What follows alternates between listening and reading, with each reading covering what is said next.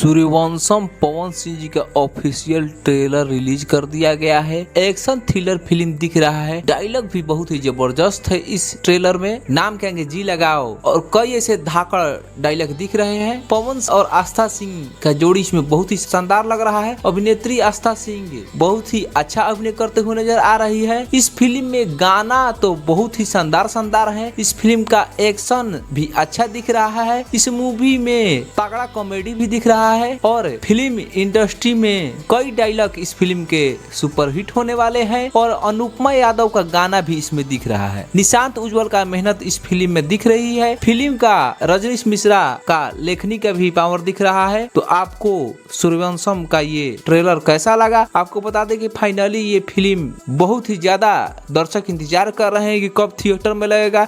जैसे ही थिएटर में लगता है पावर स्टार पवन सिंह जी के फैन और भोजपुरी श्रोता बहुत ही ज्यादा प्यार देने वाले हैं और सुपर डुपर हिट करने वाले हैं। तो आपको क्या लगता है? आप अपना प्रतिक्रिया दे सकते हैं कमेंट बॉक्स में। मिलते हैं अगले वीडियो में। धन्यवाद।